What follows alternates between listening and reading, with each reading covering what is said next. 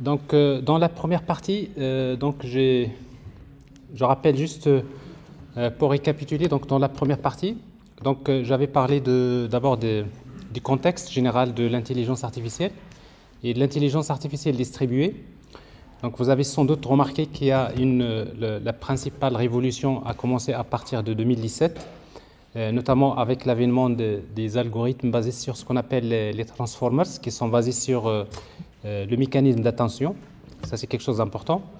Donc, ce qui a donné naissance notamment à des modèles, Large Language Models, à beaucoup de modèles. Donc, je vous ai montré que la partie qui exploite le texte, c'est-à-dire appliquée au domaine du NLP, Natural Language Processing, mais également pour les gens qui travaillent dans le domaine de la vision artificielle.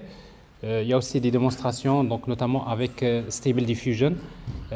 Pour la génération des images également, c'est un modèle qui est open source, qui est extrêmement important pour générer des images à partir des prompts. Et donc, ça veut dire qu'aujourd'hui, il y a des modèles qui sont capables d'exploiter quelque chose qui s'appelle Dark of Knowledge. Donc, je le disais souvent, il y a un terme que je n'ai pas dit tout à l'heure, c'est que vous savez que dans le domaine de l'apprentissage, vous étiez des étudiants, on était aussi des étudiants, nous sommes des profs, et qu'on sait très bien une chose qui est très importante, c'est que en fait, la réussite d'un apprenant, généralement la réussite ou bien l'excellence d'un apprenant, dépend de ce qu'on appelle du développement de ce qu'on appelle sa capacité métacognitive. Donc vous avez une capacité métacognitive. Et la capacité métacognitive, cette capacité métacognitive, c'est le fait d'apprendre des choses dans un domaine X et que vous allez exploiter dans un domaine Y. Donc généralement, l'IA, grâce aux transformers, la même chose. Donc l'IA a pu développer sa capacité métacognitive qui fait que les LLM sont entraînés sur des large language models, plutôt sur des corpus qui sont très larges, mais à partir de ces données-là, ils sont capables de vous donner des réponses dans des domaines qu'ils n'ont jamais vus.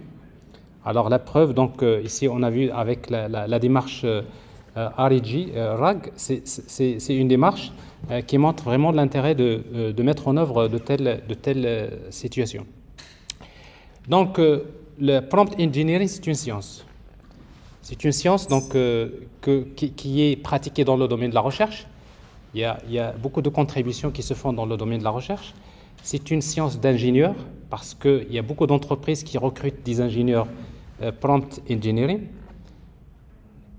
Et c'est une science qui est implantée dans toutes les entreprises. Donc ce qui fait, à mon avis, il est très important qu'à un moment donné, de dire une chose dans votre tête.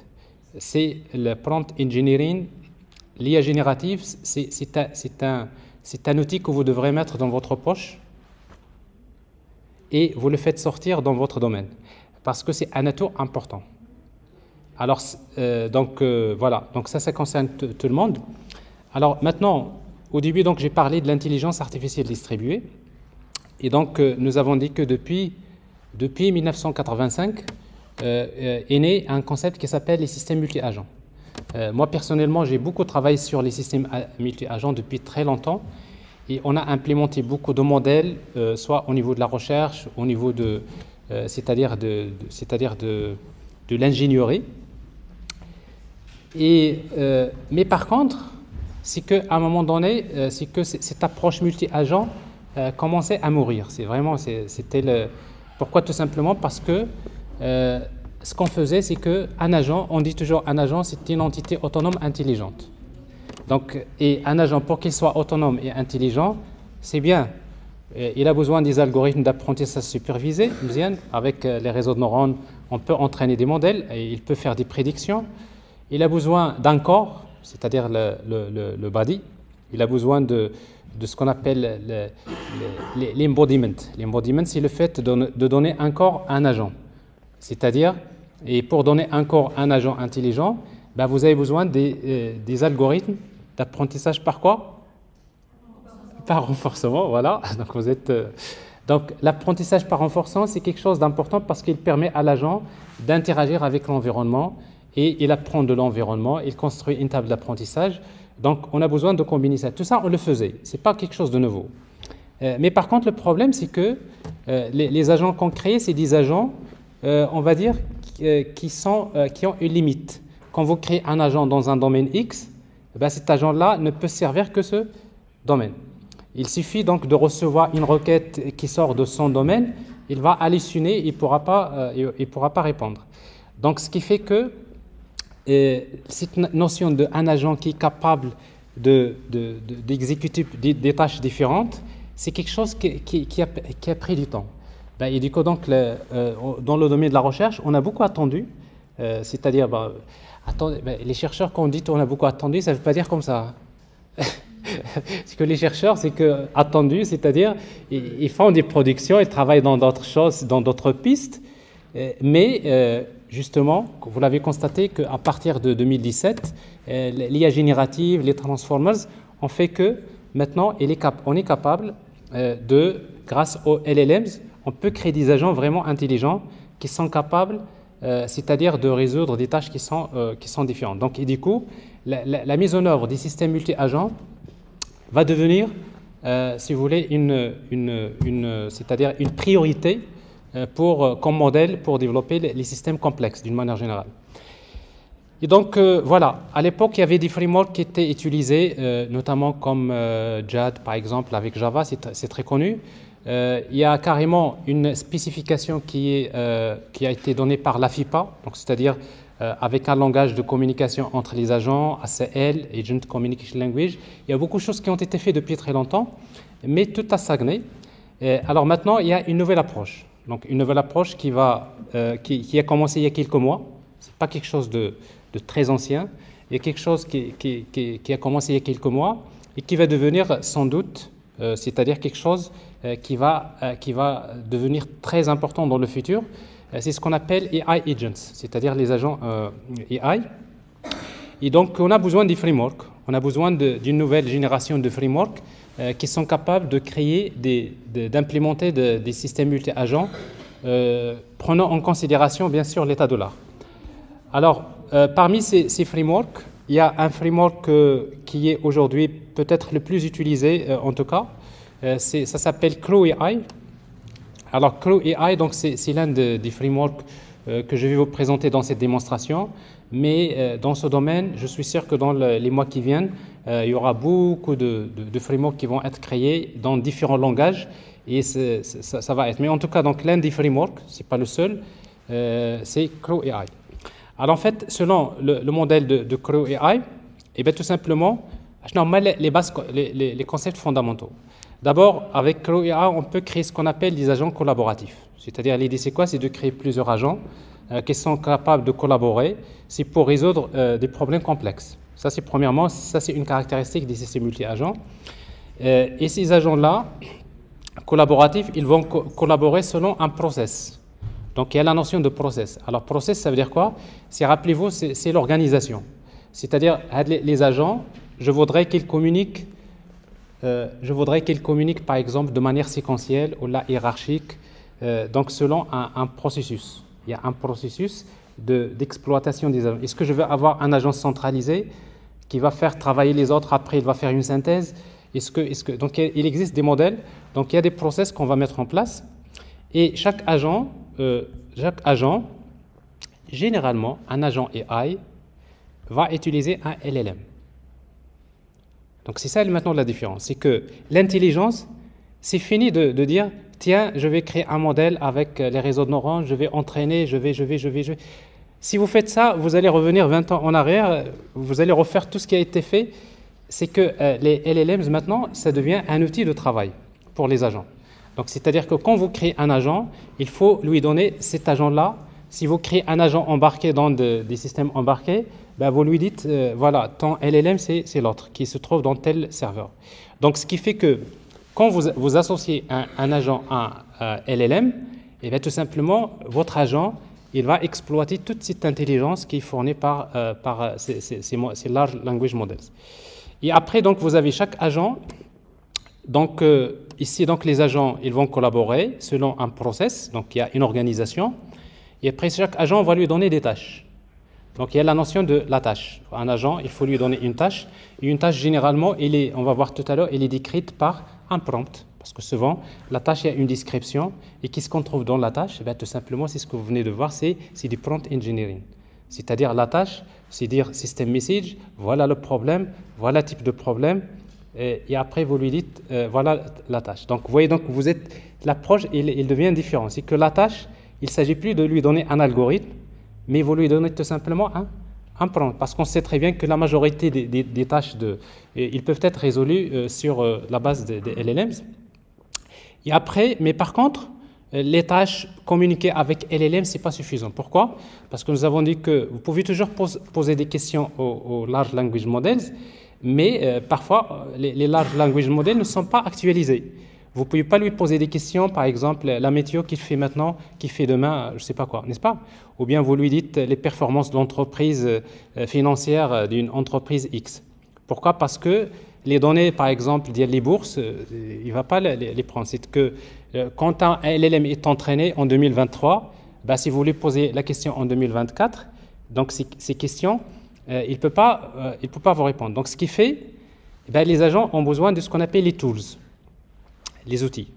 Donc quand je nomme les tools, ben, les tools, tout simplement, c'est un ensemble d'algorithmes, un ensemble de fonctions que vous allez exploiter. Il y a des fonctions que vous allez créer vous-même, mais il y a beaucoup de tools. Par exemple, vous pouvez dire à un agent, dans la tâche, on va lui dire, utilise un site, essaye de faire une recherche dans un site pour récupérer, par exemple, les nouvelles, les performances financières de l'entreprise. Vous voyez, donc, qu'est-ce qu'il va faire l'agent? Il va utiliser un outil qui va envoyer une requête vers, par exemple, Yahoo Finance, je ne sais pas quoi. Il va faire une recherche, il va faire du web crawling, il va récupérer du contenu. À partir de ce contenu-là, ces outils-là vont permettre de récupérer, à partir d'une base de connaissances, on va récupérer des données avant de poser la question à LLM. Ou tout simplement, on va utiliser RAG, n'est-ce pas? C'est que l'agent, avant de poser la question, il va consulter, il va faire une recherche dans la base de données vectorielle de l'entreprise, il récupère les informations. C'est-à-dire, c'est ça ce qui va compléter le véritable agent. J'ai une intelligence générale qui fait beaucoup de choses, mais après j'ai des tools qui va utiliser pour exploiter les bases de connaissances des sites, des bases de données, etc., etc. Donc, et du coup, donc, si vous voulez, ça c'est l'architecture, et après avec ça, vous créez ce qu'on appelle des crews. Crew, c'est l'équipage. L'idée, c'est quoi? C'est-à-dire l'équipage, c'est-à-dire vous avez un ensemble d'agences qui vont travailler en collaboration. Et justement, c'est ce que je vais vous montrer. Donc, si vous voulez voir les concepts fondamentaux ils sont sur la documentation de Crew AI. Je pense que je vais agrandir parce que déjà l'affichage n'est pas très clair. Alors en fait, dans la documentation, vous avez les concepts fondamentaux, les agents, tasks, tools, process, crew, collaboration, memory. Donc ça, c'est les concepts fondamentaux. Alors si vous cherchez pour les agents, donc bon, vous allez trouver la description. Surtout, donc un agent, c'est quoi? C'est une entité autonome qui est programmée pour exécuter des tâches, qui prend des décisions et qui va communiquer avec les autres agents. Ça, c'est la définition d'un agent. Et après, je nomme les caractéristiques d'un agent. Donc un agent, quand vous le créez, il faut lui donner son rôle, d'abord, dans le problème, le but, goal. Il faut lui donner le backstory. Alors le backstory, c'est le fait de lui dire, par exemple, tu es un expert dans le domaine par exemple, de médical, et que je lui donne le contexte. Je le positionne dans un contexte où il va travailler. Et surtout, vous avez LLM, parce que quand vous créez un agent, il va falloir lui désigner, toi, tu vas travailler avec Lamatry ou bien Mixtral, etc. Et après, on peut lui attribuer les tools. C'est-à-dire un agent, je vais lui dire, voilà les outils que tu peux utiliser quand tu vas réaliser la tâche. Et puis, il faut savoir qu'un agent, généralement, quand vous lui donnez une tâche, il va commencer à itérer. C'est-à-dire, il va poser la question à LLM, il va analyser, et peut-être il va déléguer la tâche à un autre agent, il va reprendre plusieurs fois. Vous lui posez par exemple la question, vous allez voir d'ailleurs, vous lui posez une question qu'il va poser à un LLM, mais lui dans le prompt, il vous dit je n'ai pas compris. Il vous affiche quelque part, il vous dit que je n'ai pas compris le terme hada. Alors ce que je vais faire, je vais poser la question à un autre agent et va lui dire est-ce que tu peux me traduire par exemple ce texte-là du français en anglais. Il va lui donner, il va encore poser, c'est-à-dire il va poser la question à LM jusqu'à ce qu'il réalise la tâche. Donc il va itérer. Donc ce qui fait parfois on a besoin de limiter max iteration, c'est-à-dire par défaut il est égal à 25, mais on peut le limiter. On va lui dire que tu vas itérer 3, 4 fois, etc. Et après, donc, le temps d'exécution, on peut par exemple le limiter, on lui dit, ta tâche, s'il atteint 5 minutes ou 2 minutes, ça y est, tu me donnes la réponse. Parce que parfois, l'agent, c'est ça, l'agent, il va toujours à chercher le meilleur. Il va poser la question LLM, il prend la réponse, il va l'analyser, il va essayer d'utiliser le contexte. Si la réponse ne la satisfait pas, il va faire d'autres choses, des outils, il va améliorer. Donc jusqu'à ce qu'il vous donne une réponse qui est satisfaisante, généralement pour le système. Donc en fait, verbose, ça c'est pour dire tout simplement, est-ce que vous voulez qu'il va vous loguer, pendant l'exécution, il va vous loguer les messages, les tâches qu'il est en train de faire. Allow delegation, c'est-à-dire est-ce que vous lui autorisez de déléguer à d'autres agents. Alors si vous mettez false, ça veut dire que vous lui dites fais ta tâche. C'est à peu près ça. C'est-à-dire c'est toi qui vas faire la tâche, parce que si vous lui dites allow delegation égale à true, ça veut dire quoi?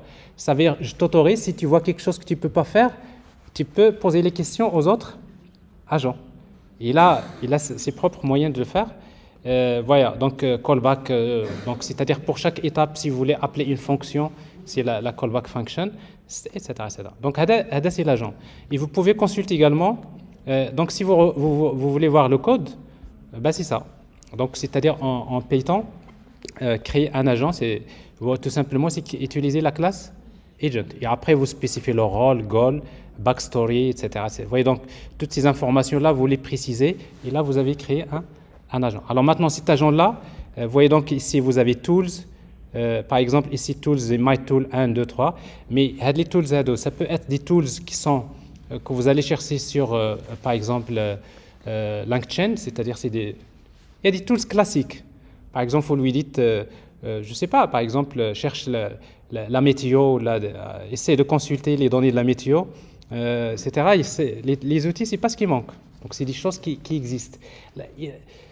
Sur LangChain, vous avez des milliers de tools que vous pouvez utiliser, mais si vous voyez que vous voulez utiliser un tool particulier, vous créez un algorithme, une fonction, et cette fonction-là, vous faites ce que vous voulez, vous lui dites maintenant, quand tu vas travailler, utilise cet outil. Et dans cette fonction-là, c'est à vous de voir qu'est-ce que vous voulez faire, et dans ce cas-là, c'est des choses spécifiques. Donc, Hada, c'est la structure, mais sauf que Hada, c'est une façon de faire, mais également, il existe une autre façon, c'est que au lieu de créer tout ça dans Python, ce qu'on va faire, ce que je vais vous montrer dans la démo, c'est qu'on va créer un fichier de configuration. On va créer un fichier format YAML. C'est un format qui est très utilisé dans la configuration, dans lequel on va mettre ces informations-là. Okay. Donc tout ce qui est goal, backstory, etc., on le met dans un fichier de configuration. Et quand on va créer un agent, on va lui dire tout simplement, je veux créer un agent en utilisant ce fichier de configuration. Donc, pour ne pas écrire le code, la différence. La différence, c'est que quand vous créez votre application, si vous voulez modifier quelque chose dans votre système intelligent, vous n'avez pas besoin de toucher le code source. Vous allez vers le fichier de configuration, vous faites une modification dans le texte, et là, vous relancez votre système. Donc, ça, c'est deux approches de travail. Moi, personnellement, je vous recommande d'utiliser l'approche avec un fichier de configuration. Ça vous permet de créer un système qui est ouvert à l'extension. Donc, et après, la même chose. Donc, vous pouvez consulter les tâches. Donc, ça, c'est le...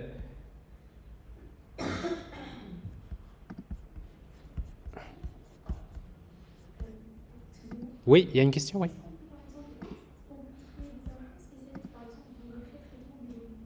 Oui. Alors, justement, de toute façon, vous créez les agents. c'est juste maintenant quelque chose que vous allez comprendre, c'est exploiter ce que j'ai expliqué tout à l'heure. C'est très difficile de faire des trucs des AI agents si vous ne savez pas un peu globalement ce que j'ai expliqué tout à l'heure, c'est-à-dire c'est un peu le prompt engineering, c'est qu'est-ce qu'il y a LLM, etc. Donc ça c'est, mais donc ce qui fait que vous pouvez créer des agents qui sont spécialisés dans tous les domaines que vous voulez. Et d'ailleurs, c'est justement c'est ce qui maintenant marche, c'est que créer les assistants. C'est ça, les assistants.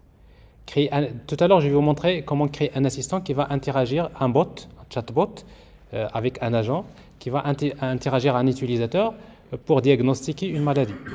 C'est des choses qui sont très fous. C'est-à-dire, à l'époque, on ne l'imaginait pas. Mais vous allez voir, c'est des choses que vous pouvez faire. Donc, il y a les agents, il y a les tâches. Ben, les tâches, c'est la même chose. Donc, une tâche, la même chose, c'est la description de la tâche qui va être réalisée par l'agent. Normalement, les attributs, il y a la description de la tâche, il y a l'agent associé à cette tâche. Quand on crée une tâche, on va dire cette tâche, il est associé à cet agent. Expected output, c'est un attribut qui est obligatoire parce que vous allez lui dire la réponse attendue, à peu près qu'est-ce qu'on attend de la réponse. C'est dans la description qu'on met le prompt. Parce que je n'ai la description. La description, c'est le prompt. Et le prompt, vous utilisez maintenant normalement les différents types de prompts, etc. Donc vous avez besoin de regarder un peu tout ce que j'ai fait. Tools, normalement les outils qu'on peut utiliser. Async execution, donc si vous voulez exécuter une tâche en mode asynchrone. Le contexte, parfois une tâche, vous dites cette tâche-là, sans contexte, c'est une autre tâche. C'est-à-dire que parfois, qu'est-ce qui se passe? C'est qu'il y a une tâche, une fois qu'elle se réalise, il va prendre le résultat de la tâche, il va être donné à une autre tâche pour commencer à faire son travail. Donc on va lui dire le contexte. Le config, c'est-à-dire où se trouve la configuration de la tâche. Donc si vous voulez avoir un output en format JSON, vous avez d'autres output files si vous voulez écrire le résultat de la tâche dans un fichier, ou bien le callback si vous voulez exécuter une fonction quand la tâche est réalisée.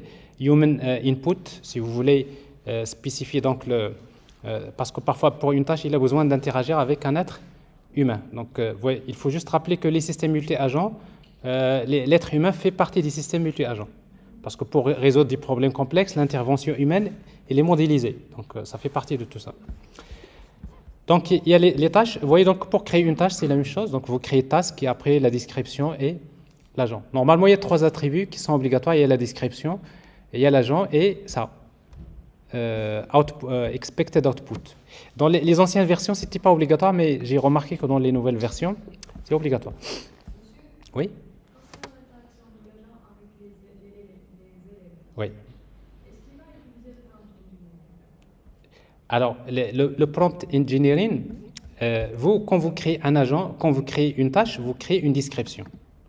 Et quand vous créez une description, c'est à vous d'écrire, le prompt. Mais c'est ça maintenant. Avant d'écrire ce prompt-là pour vous, il faut faire le prompt engineering. C'est-à-dire vous allez évaluer le prompt, vous allez être sûr que c'est bon, et après vous le déployez. Sinon, vous allez demander à un agent de faire ce travail. C'est-à-dire vous allez créer un agent, vous lui dites, ton rôle d'abord c'est de me générer un prompt. Donc, et vous allez revenir sur le prompt, induction prompt ou la paraphrasing prompt, c'est vous lui demandez de me générer un prompt et de l'évaluer. Après, tu le donnes et ça, on peut le faire. Ça, c'est ce qui est intéressant. Mais bien sûr, l'évaluation, qu'est-ce qu'il fait? Je n'ai pas dit une chose, c'est que l'évaluation, parfois, on peut utiliser des métriques comme, par exemple, il faut un score. C'est très simple parce que quand vous avez un problème de classification, c'est que vous avez, par exemple, vous avez une problématique de type ce qu'on appelle text to label. Text to label, c'est-à-dire, vous avez un texte et le résultat, c'est un label. Donc là, c'est pour évaluer les performances. Vous utilisez if on score ou la precision ou la recall. Donc ça, c'est des métriques qu'on utilise pour évaluer les performances du modèle. Mais c'est quand vous avez un problème de type texte-to-texte. C'est-à-dire, par exemple, vous avez un review et vous voulez faire, par exemple, text summarization. Donc vous avez du texte et vous voulez faire un résumé. Alors, pour mesurer les performances de text summarization, par exemple, vous ne pouvez pas utiliser if one score, n'est-ce pas? Parce que quand vous demandez à un agent de vous générer une histoire, comment vous allez évaluer l'histoire, est-ce qu'elle est performante? On ne peut pas utiliser. Dans ce cas-là, on va utiliser d'autres mesures. Alors, le NLP, il y a d'autres métriques, bleu, rouge. Donc, il faut vraiment voir toutes ces métriques-là qui sont faites pour mesurer, c'est-à-dire quand vous avez des tâches de classification de type texte-to-texte. Ou parmi les techniques qui sont utilisées, c'est utiliser un autre LLM pour évaluer le prompt. Ça, c'est très intéressant. C'est-à-dire que j'ai fait un prompt et après, je voudrais évaluer les performances. Qu'est-ce que je fais? Eh bien, tout simplement, j'ai utilisé ce prompt pour donner des réponses pour un dataset. Et après, je vais prendre donc les réponses qu'il m'a données, le LLM, ben, je vais les envoyer à un autre LLM. Je vais lui dire, est-ce que tu peux m'évaluer les performances de ces réponses? C'est comme si tu appelles un expert et lui dis, s'il te plaît, est-ce que tu peux me dire, avec l'expert, il m'a donné ça? C'est exactement, c'est l'expertise. Est-ce que tu peux me dire ce qu'il m'a donné ça? Est-ce que c'est performant? Et si le LLM vous dit que ça y est, donc il a, maintenant quel LLM utiliser? Parfois, vous pouvez utiliser des LLMs qui ne sont pas très grands parce que vous avez besoin, mais quand vous allez évaluer, non. Quand vous allez évaluer un prompt, il faut faire appel à des LLMs qui sont très, très grands. GPT-4 Turbo, la Mixtral, vous pouvez dire qu'il n'y a pas mieux. De toute façon, c'est normal parce que quand vous allez évaluer, il faut faire appel le meilleur expert possible. C'est à peu près ça. Donc, on peut préciser donc les tools, etc., etc. Vous avez donc la tâche, donc vous pouvez la créer comme ça. Et après, une fois que vous voyez donc, vous savez créer l'agent, vous savez créer les tâches. Après, vous allez créer ce qu'on appelle les crews, l'équipage. Vous voyez donc agent, task et l'équipage. Alors pour créer un crew, donc qu'est-ce que vous allez faire? Vous allez faire quelque chose comme ça. Donc vous allez créer d'abord, par exemple, vous avez un agent, un researcher, un agent 1, researcher, writer, c'est un agent. Vous avez une tâche, research task. Vous avez une autre tâche, write task, par exemple. Et après, vous créez votre équipage, le crew. Alors pour le créer, vous pouvez dire crew, je nomme les agents de l'équipage. Researcher et writer. Je nomme les tâches, research task et write article tasks. Je nomme le process maintenant. Il va utiliser un process séquentiel. C'est-à-dire quoi séquentiel? Ça veut dire que le premier agent, il va faire son travail, il faut qu'il termine. Il va rechercher de l'information, etc. Et après, il va la donner à l'autre qui va rédiger un rapport d'expertise, etc. Donc, et après, on peut utiliser ici hiérarchique, etc. Et verbose, donc ici, en fait, on met pas true parce que je pense qu'il y a une erreur ici. On met un ou bien deux. C'est-à-dire ça dépend du niveau du log que vous voulez mettre. Donc, on va vous montrer ça. C'est bizarre parce que c'est la documentation officielle, mais je vous dis qu'il y a une erreur ici, mais, mais je pense qu'il y a une erreur en tout cas. Mais est-ce que ça va fonctionner avec Toro?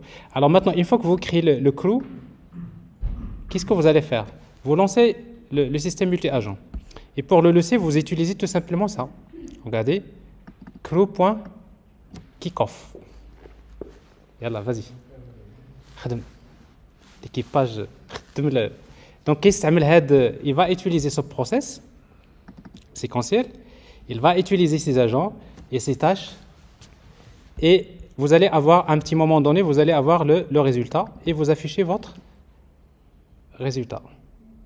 C'est ce qui est de plus simple à faire en termes de développement. On n'a pas besoin d'être un expert en programmation pour mettre en œuvre un système multi-agent avec CrewAI. Alors maintenant, ici, donc, donc ça, c'est dans la documentation, vous avez tools, etc. Bon, vous pouvez toujours voir.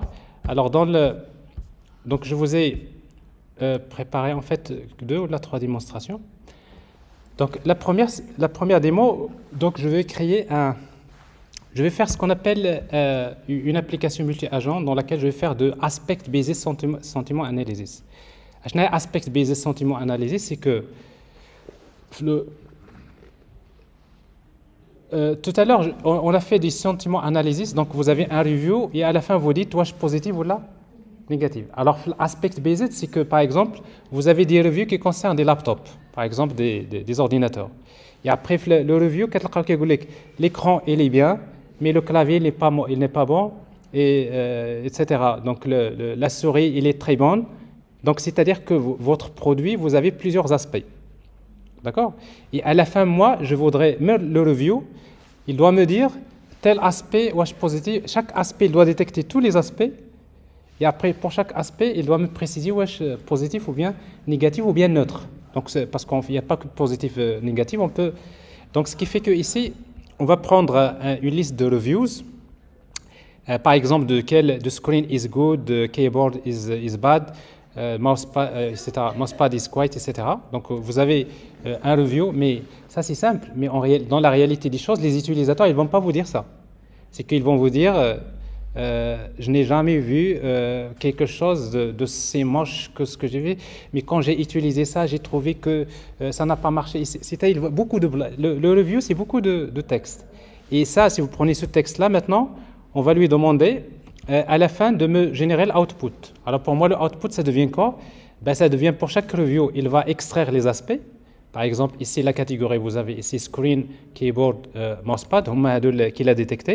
Et pour chaque aspect, il va vous dire wesh, positif, négatif ou là, neutre. Donc ça, c'est ce qu'on appelle aspect-based sentiment analysis.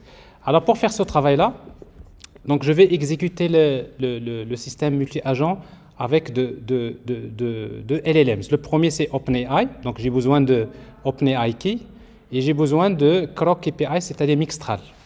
Donc, c'est-à-dire et après, vous ajoutez Llama, etc. Vous pouvez... Généralement, c'est que utiliser beaucoup de LLMs et vous testez votre application avec beaucoup de modèles, c'est toujours mieux. Donc, pour créer, dans cet exemple-là, on va créer un seul agent dans un premier temps. Alors, cet agent-là, qu'est-ce qu'il va faire? Ben, il va prendre en input... Il y a une seule tâche. Les outils, ici, on n'a pas besoin d'outils. On ne va pas créer des outils particuliers parce que la tâche, elle est assez simple. Et après, on va lui associer LLM. Donc, pour créer ce modèle, donc, comme je disais, l'une des pratiques, ça c'est dans la nouvelle version de Crow AI. Donc, il serait plus intéressant de créer un fichier de configuration dans lequel vous déclarez en fait la config des agents et des tâches. Donc, moi, ce que je fais, ce que je vous recommande, c'est de créer un seul fichier, par exemple, .yaml, dans lequel vous déclarez les agents et les tâches. Donc, vous voyez, donc, là, c'est plus visible. Même quelqu'un qui ne fait pas de la programmation, si vous lui donnez quelque chose comme ça, il va décrire sans problème avec un simple fichier. C'est vraiment... Donc, ici, j'ai un agent que je vais appeler Sentiment Analysis Agent. Son rôle, c'est quoi? C'est Aspect Based Sentiment Analysis. Le but, c'est Perform Aspect Based Sentiment Analysis on Laptop Previews. Et Backstory, on va lui dire, tu es un expert of Sentiment Analysis of Reviews. Donc, ça, c'est les informations. Alors, Allow Delegation, c'est false, parce que je ne veux pas qu'il délègue la tâche à un autre agent. Verbose égale à true, ça veut dire je voudrais qu'il m'affiche, il va me loguer ce qu'il fait au moment de l'exécution. Et la seule tâche que je vais créer ici, donc Sentiment Task, Analysis Task, là, vous avez deux attributs, description et expected output. Alors, description, pour les gens qui n'utilisent pas le format YAML, sachez que, par exemple, quand vous avez description, c'est un attribut. Si vous voulez mettre beaucoup de texte, beaucoup de blabla dans la valeur d'un attribut, vous mettez le caractère supérieur. Alors, quand vous mettez supérieur, vous retournez, vous pouvez taper votre... Il sait très bien que tout ça, c'est du texte, c'est la valeur de la description. Alors, ici, je n'ai la description. On va lui dire que take a laptop review provided in the review section, sachant que dans le prompt, c'est-à-dire dans le prompt, il y a une partie qui s'appelle review section dans laquelle il va mettre le review et on va dire perform its aspect based sentiment analysis. In the review, there might be one or more of the following aspects. Donc je lui indique déjà screen, keyboard, etc. For the review presented in the input, identify the three aspects, assign a sentiment polarity, positive, negative, neutral. Et après, on va lui dire maintenant le output. On va le dire arrange your response in JSON format avec les attributs. Donc je lui dis le résultat que j'attends, c'est que catégorie, la liste des aspects, et polarité, c'est-à-dire la liste des polarités, c'est-à-dire des sentiments pour chaque aspect. C'est pas compliqué. Donc ça, il n'y a pas mieux de commencer comme ça. Je fais la démo. Alors ici donc, est-ce que c'est le bon?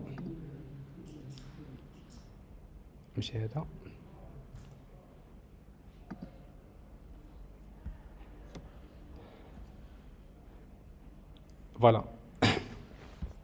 D'abord, donc ce que j'ai fait, donc j'ai un dossier que j'ai créé qui s'appelle config, dans lequel il y a ça c'est médical, sentiment analysis. Donc vous voyez, donc ça c'est le fichier, un fichier YAML que j'ai créé. Et puis donc il y a le code de mon application, aspect based sentiment analysis. Alors maintenant, si vous travaillez avec la version avec la configuration, et bien, ce qu'on va faire, c'est qu'on va créer d'abord une classe qui utilise un décorateur qui s'appelle crewbase. Donc les décorateurs Python, c'est les annotations pour quelqu'un qui fait du Java, exactement.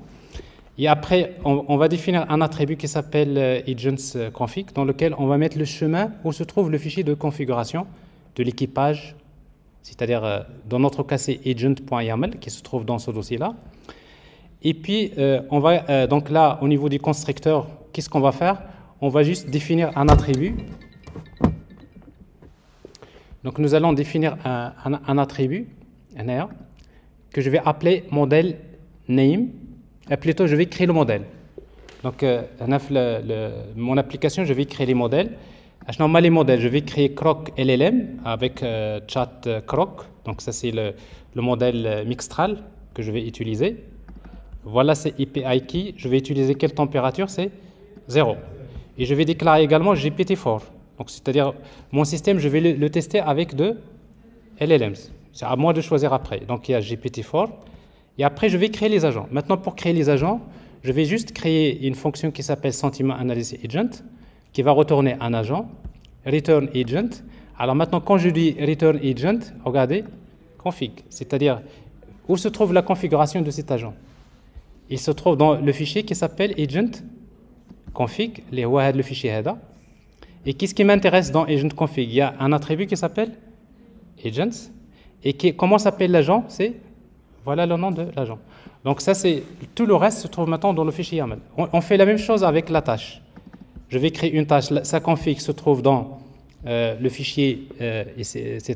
Agent config, tasks, sentiment analysis tasks. Et l'agent qui est associé. Donc à la tâche, je vais lui donner quel agent?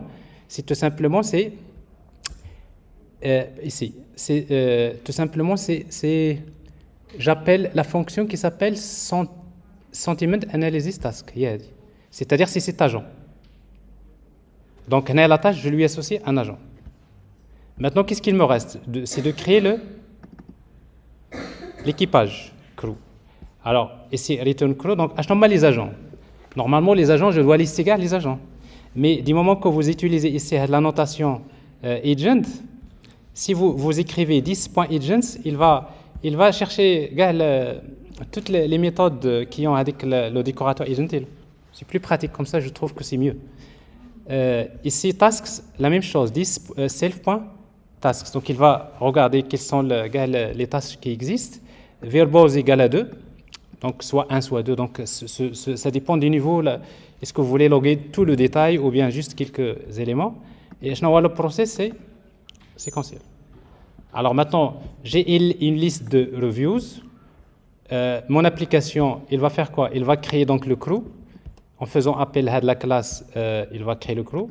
Et après, ce qu'on va faire, c'est que pour chaque review, on va faire appel tout simplement, ici, on va créer crew.kickoff. Vous voyez, donc kickoff, ça veut dire quoi? J'exécute le crew, mais avec quoi? Regardez l'input. L'input, c'est-à-dire pour chaque review, je donne c'est-à-dire le crew. Je crée d'abord ici, il est créé, le crew. Et bien, je lui donne tout simplement le review. C'est-à-dire, je lui donne une tâche. Il va la faire. Et comme ici, donc, je vais exécuter plusieurs tâches.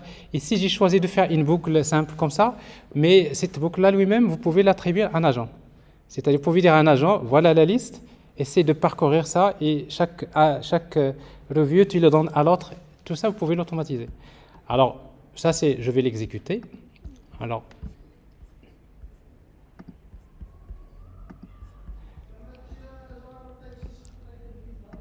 je l'exécute. Vous voyez, donc ici, il est en train d'exécuter. Il détecte pour chaque. Vous voyez, donc il a terminé déjà, c'est rapide.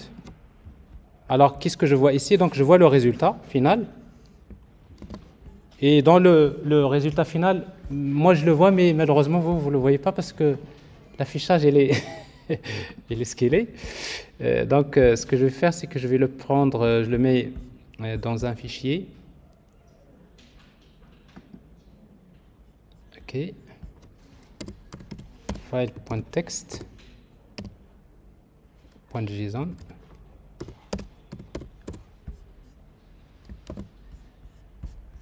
Bon, c'est pas vraiment du JSON parce que ça, c'est un dictionnaire. Donc, en tout cas, donc, si vous regardez bien, vous allez trouver ici, donc, vous voyez, pour chaque review, il me donne quoi? Il me donne, vous voyez, donc, les aspects et la polarité. Et si vous regardez, donc, vous allez trouver que c'est vraiment parfait. Donc, il a fait ce travail-là pour chaque review, vous avez la catégorie et vous avez la polarité. Donc, screen, c'est positif, etc., etc. Donc, vous pouvez ajouter encore d'autres détails. Donc, ça, c'est un premier exemple, vous pouvez le voir. Donc, si vous voulez faire des problématiques de type Aspect-Based Sentiment Analysis. Alors, le deuxième exemple, ici, donc ça, c'est le premier exemple. Alors, le deuxième exemple, qu'est-ce que je vais faire? Donc, je vais créer un petit exemple, soi-disant un bot, un chatbot, dans lequel je vais avoir deux agents. D'abord, je vais avoir un agent qui va interagir cette fois-ci avec un être humain. Un agent que je vais appeler Doctor Agent. Donc, je suppose que j'ai un agent qui est spécialisé dans le domaine de la cardiologie, par exemple. Et je voudrais que cet agent-là va poser des questions, un ensemble de questions à l'utilisateur pour diagnostiquer sa maladie. Et une fois que, bien sûr, les questions, c'est qui les invente? C'est pas moi. Mais c'est ça la différence, parce qu'il ne s'agit pas de créer quelque chose, c'est que c'est LLM qui va, à chaque fois, il appelle LLM et il va lui dire quelle est la question que je vais lui poser. Donc l'agent, il pose la question à l'utilisateur, il répond. Et quand il répond, il prend la réponse, il va dire à LLM, sachant qu'il m'a donné sa réponse, quelle est la prochaine question que je vais... Et bien, avec ça, vous pouvez créer des assistants. Donc ça, c'est dans le domaine médical. Je suis sûr que c'est quelque chose que vous allez retrouver dans le futur.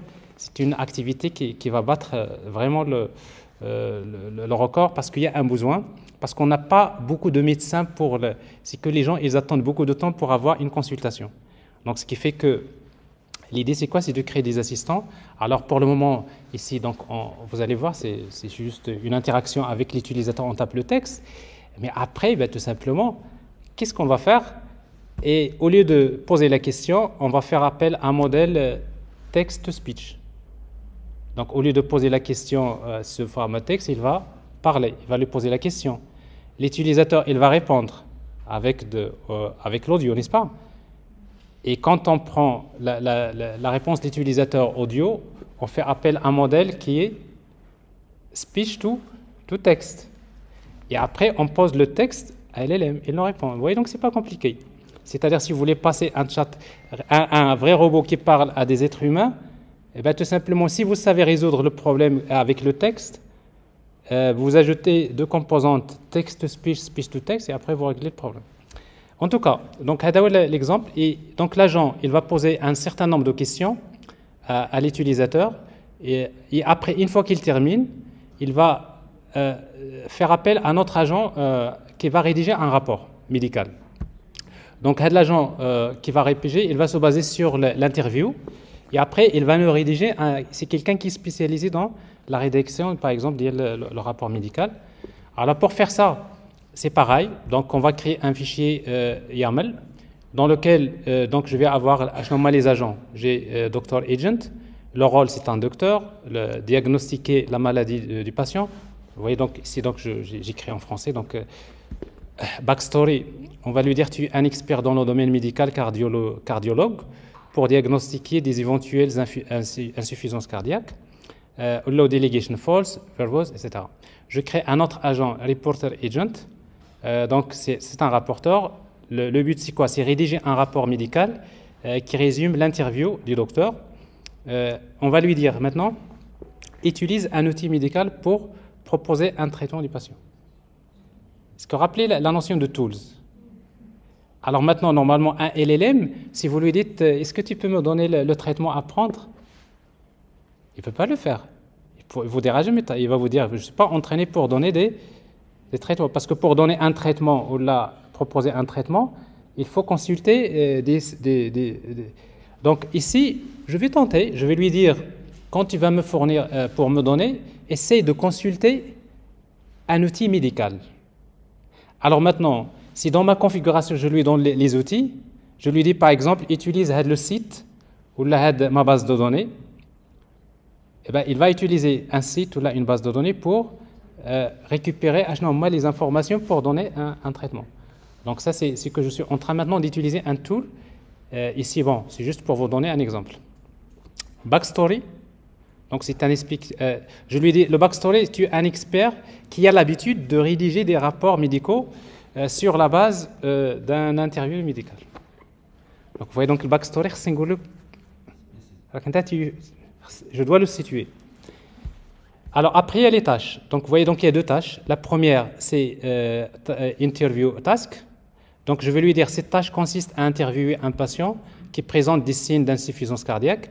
Il faudrait poser les questions suivantes. Alors pour les premières questions, je vais les préciser dans le prompt. Je vais lui dire, pose-lui la question. Demandez la langue. Demande la langue que souhaite l'utilisateur dans l'entretien. Vous voyez la puissance de LLM. C'est que c'est pas. Pose-lui d'abord la question. Il va te dire en français ou là en chinois, mais tout le reste des questions, tu vas lui poser en chinois. Et après, en utilisant la langue du patient, demande le nom du patient, parce que ça, c'est des informations claires. Demande son âge, le nom, l'âge, le poids, le sexe. Et après, pose-lui 6 questions. Mais ça, ces questions, je ne les connais pas.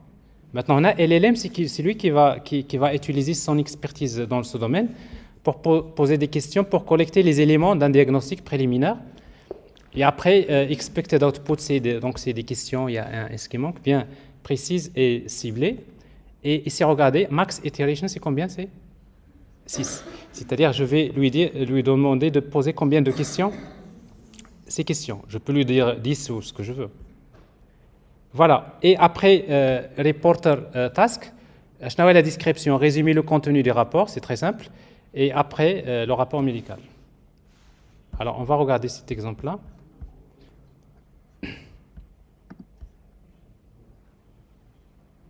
C'est ici. Alors, je l'ai appelé interview bot. Voilà. C'est l'exemple, il est là. La même chose, donc vous voyez, donc celui-là, il utilise ce fichier qui s'appelle medical agent config YAML, qui est là. Alors, je l'exécute. Vous voyez donc, quand je l'exécute, donc je vais faire un zoom, peut-être comme ça vous allez voir mieux. Vous voyez donc, il m'a posé une.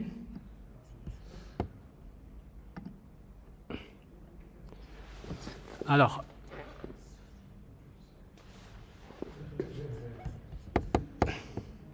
je pense que j'ai... Ah, il y a une connexion. Et moi,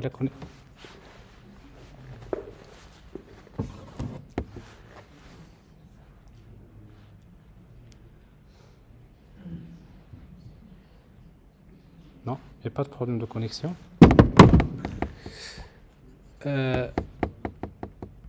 Vous voyez déjà, bon, c'est-à-dire là, ce qu'il vous a logué ici, il y a dit que verbose. Donc il vous dit maintenant, voilà, je commence par tel agent, le prompt, le premier agent, le SMITO, quelle est la langue de conversation, et je vais faire CTRL-C, parce que là, normalement, et je reprends.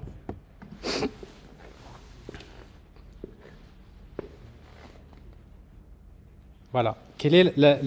Donc, il a posé en anglais. Quelle est la langue? Je vais lui dire le français.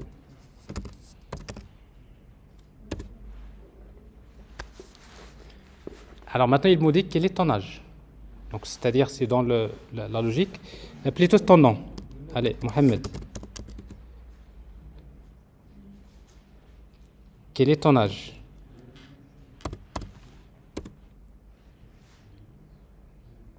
Le poids. Le sexe.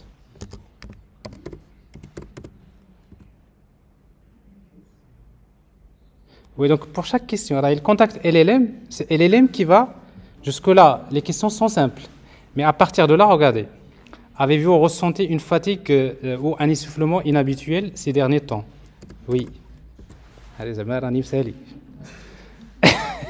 Avez-vous remarqué, en fait, une enflure, gonflement des jambes, etc., etc., etc.? Oui.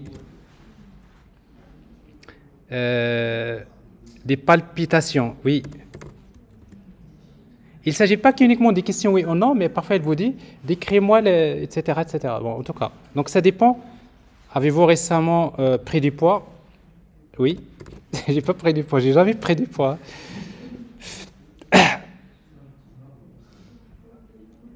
Alors, il a terminé les questions. Regardez, vous avez un rapport. Alors, maintenant, l'agent, il a pris ça, il a fait l'autre agent, il a fait le rapport. Le patient, c'est Mohamed, la date. Là, il ne m'a pas mis la date parce que je n'ai pas demandé. Hein? Alors, on a d'abord. Parce que ici, je lui ai dit, il utilise un outil. Mais je ne lui ai pas précisé les outils. Donc, s'il trouve un outil classique qu'il connaît, il va l'utiliser. S'il ne trouve pas, on va regarder. Alors ici, donc, je vais prendre ce texte-là. On va le lire. Donc, alors, le problème, ce n'est pas dans le zoom. Vous voyez, le problème, c'est dans le vidéoprojecteur. Le vidéoprojecteur, il est flou. C'est mieux comme ça. Ouais. Alors ici, donc, vous voyez donc qu'il vous dit que le patient, etc., etc. Parce que je ne lui ai pas demandé. Donc le rapporteur, je lui ai pas, parce que c'est le rapporteur qui rédige là le rapport.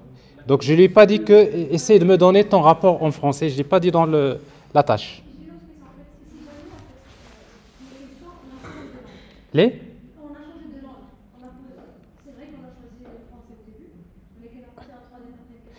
Alors, vous allez remarquer une chose. Si vous travaillez avec GPT-4, il est très fort. C'est-à-dire, vous répondez avec le français, l'anglais, mais il s'en fout.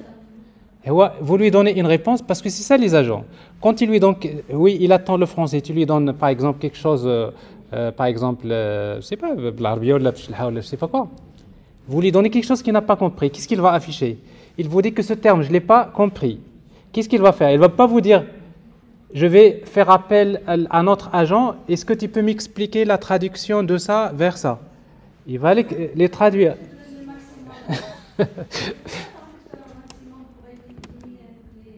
Oui. C'est ça, exactement. Alors, vous voyez donc ici, donc, vous avez Medical History. Vous avez Physical Examination. Donc, vous allez lire un peu globalement ce qu'il trouve. Assessment.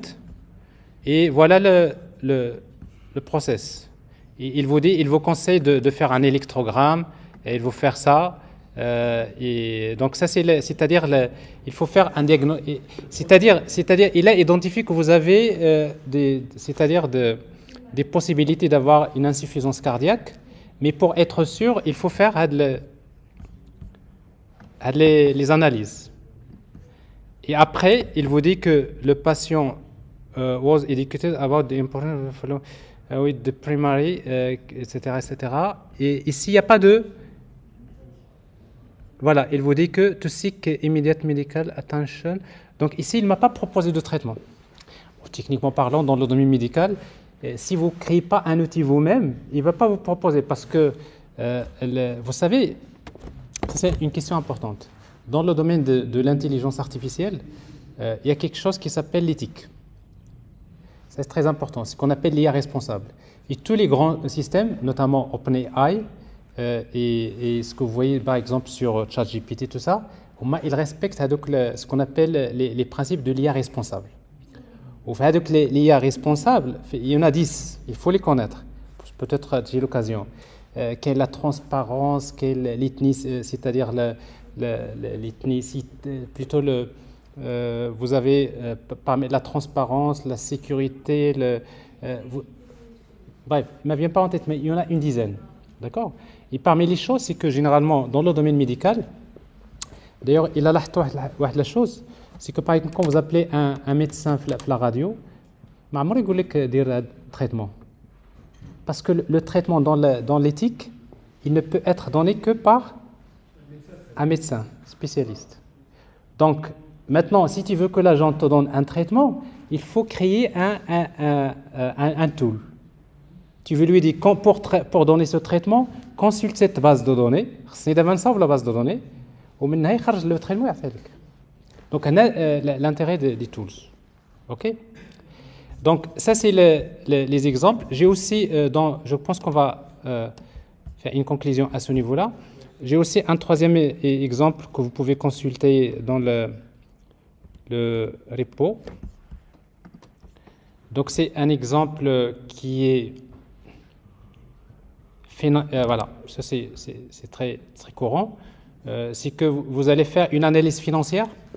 Donc, cette fois-ci, on va demander ici... finance.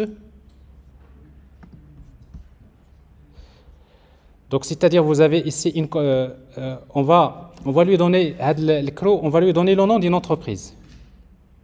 Par exemple, Tesla.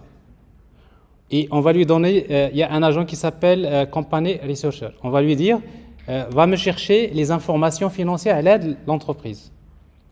Donc, il ne va pas les chercher le LLM. Où est-ce qu'il va les chercher?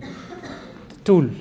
Donc, il y a les sites, il y a Yahoo, Finance, etc. Donc, je vais lui dire, ici, tu vas utiliser ici, un outil, ici, dans la tâche. On va lui dire de préciser l'outil à utiliser.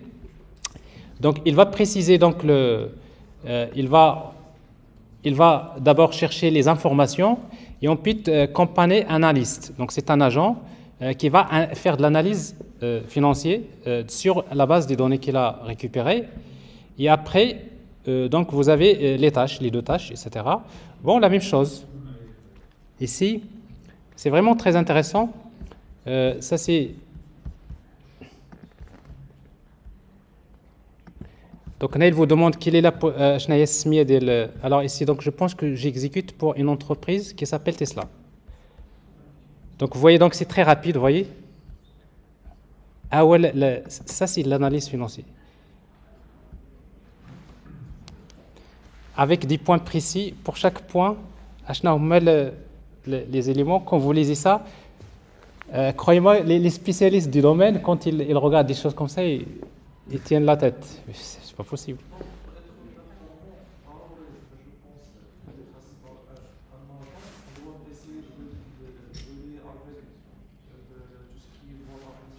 Oui, bien sûr. Exact. Ouais, on a l'architecture. Donc, il est les tools. Le tools est ce qui lui permet de communiquer avec la base de connaissances. Ça peut être RAG, comme on a vu tout à l'heure. Ça peut être une base de données, ça peut être des ressources, etc. Donc, je pense que j'ai fait le tour. Donc, si dans le support, vous pouvez... bon, ça ne se termine pas. Vous pouvez trouver des détails, notamment si vous voulez voir comment fonctionnent les transformers, le mécanisme d'attention, etc., etc. Bon, mais en même temps, vous pouvez consulter d'autres enregistrements vidéo, vous les trouverez globalement partagés. Ça vous donne une idée. Voilà, donc je pense on va prendre une ou deux questions. C'est Mohamed, donc je vous donne la parole. Merci beaucoup, Youssef, pour cette belle présentation.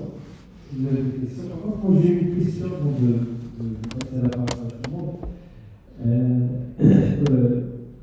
Auparavant, on a beaucoup travaillé avec les systèmes d'outillage. Oui. On était sur les normes FIPA ACF. Exactement. Aujourd'hui, avec les larges language models, on a le sentiment qu'on est en train de changer les normes. Oui.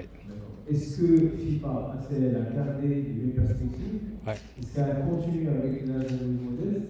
Ou il y a un problème dans l'organisation derrière? Parce que les agents coopératifs qu'on connaît depuis longtemps, autonomistes agents qu'on connaît depuis longtemps, mais dans l'implémentation, on a du mal à respecter la norme FIPA ACL. Est-ce qu'ils ont gardé les perspectives? Moi, c'est une très bonne question, mais tu m'as posé la question que je me suis posée moi-même. Donc, vraiment, à le matin, en venant ici, donc je me suis justement... Parce qu'il faut le dire, ça, c'est des choses récentes. Hein. C'est-à-dire, prenez le privilège d'avoir des connaissances, mais il n'y a que 3 mois que les AI agents, les frameworks ont commencé à...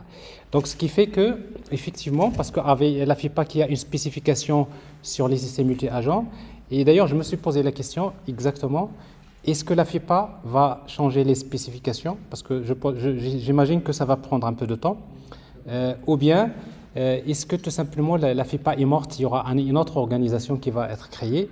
Et donc, ça, c'est une réponse que je n'ai pas, mais je suppose que, je suis sûr que avec l'explosion des AI agents le futur, il y aura un organisme qui va créer une spécification qui doivent être respectées par les frameworks d'une manière générale.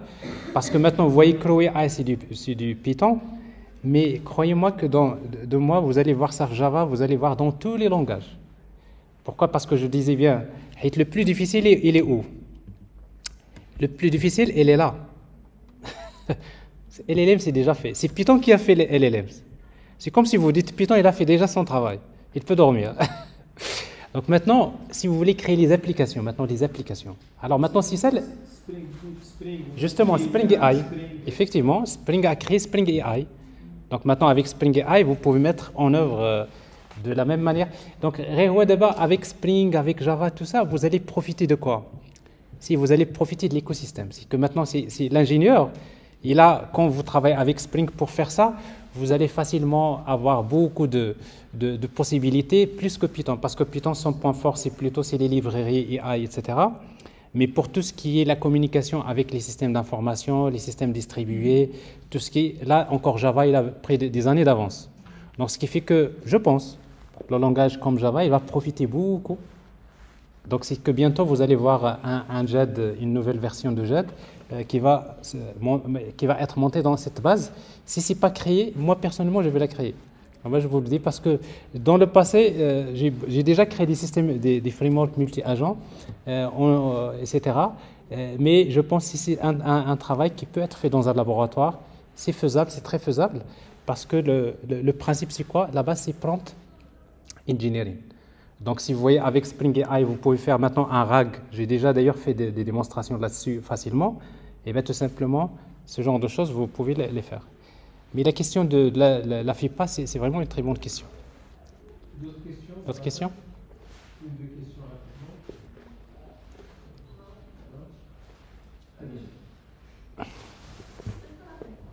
Oui. Alors déjà, merci pour l'appel et la présentation, c'est déjà très riche. Je voulais juste projeter ce que je viens d'apprendre cette matinée avec ce qu'on connaît déjà concernant les microservices, etc. Effectivement. Est-ce qu'on peut dire qu'un microservice, c'est un agent, si on lui ajoute un peu de IA? C'est ça. C'est exactement ça.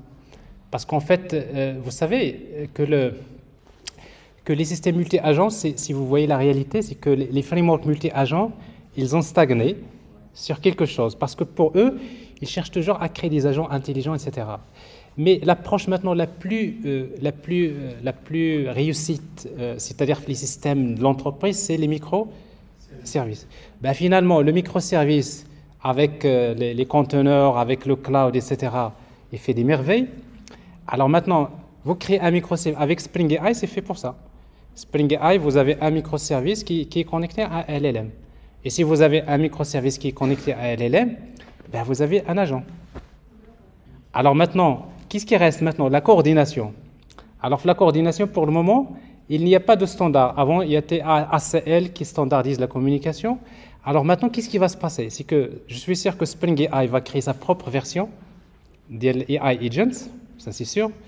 c'est qu'il y aura Crow AI avec, il y en a beaucoup, mais après il y aura un organisme qui va créer une spécification. Et généralement, quand on va créer des spécifications, on va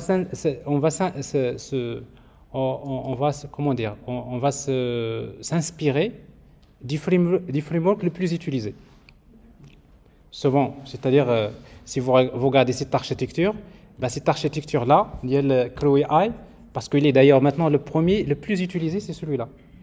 Donc, c'est-à-dire que dans l'aspect, par exemple, vous pouvez voir, par exemple, un Crow AI avec Java qui fait la même chose.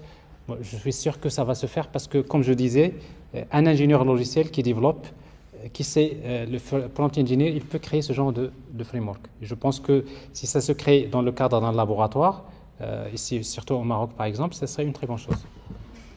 Deuxième question, si possible. Oui, bien sûr.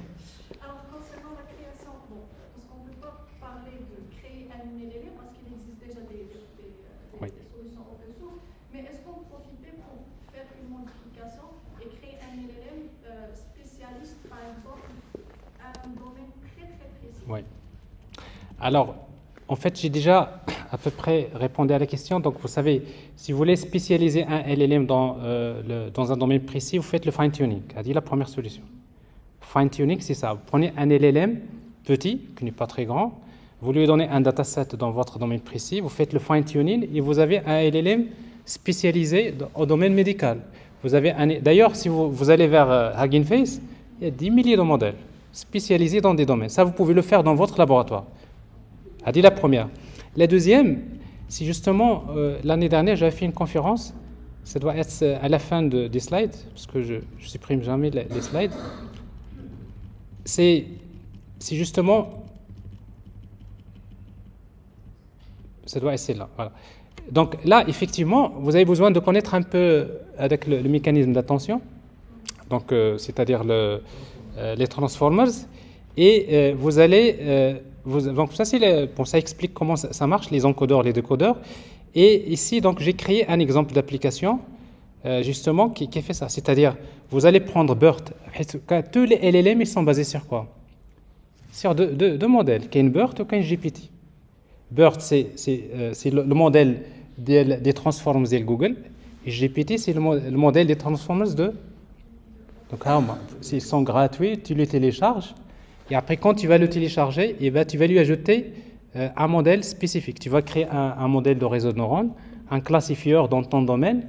Donc, tu prends BERT qui va, pour exploiter avec ce qu'on appelle dark of knowledge, c'est-à-dire, parce que là, il est déjà entraîné sur un corpus, etc., etc. Donc, tu exploites le transformer.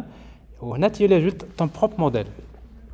Donc, ton propre modèle réseau de neurones.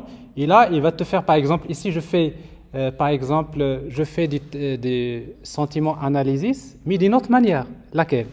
C'est que là, ce que je vous ai montré tout à l'heure, je me suis basé sur un LLM, n'est-ce pas?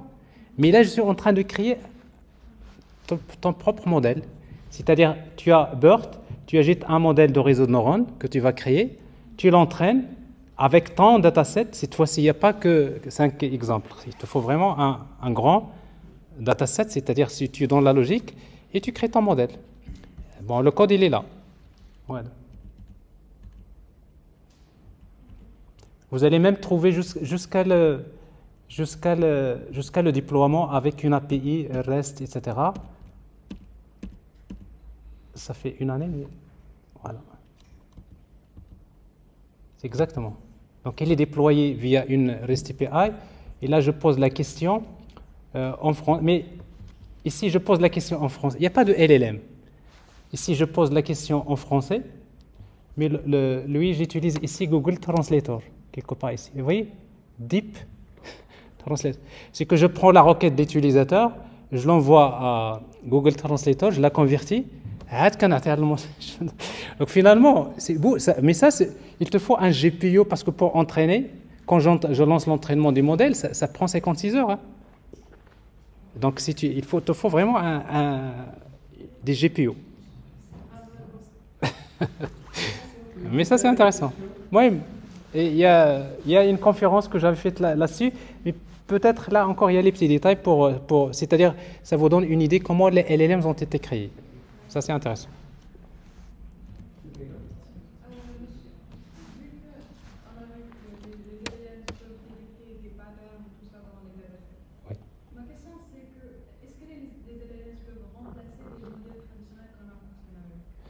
Oui, alors,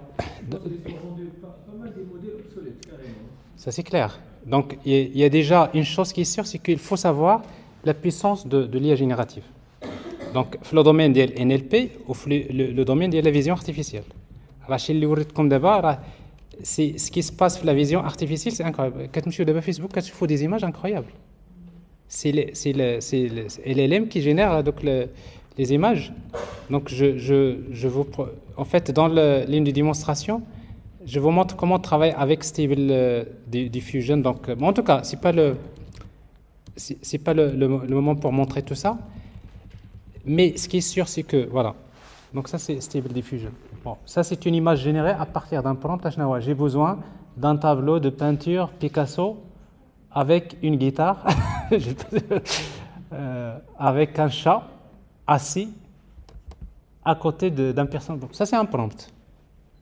Donc, vous le donnez à Stable Diffusion, et il vous génère ça.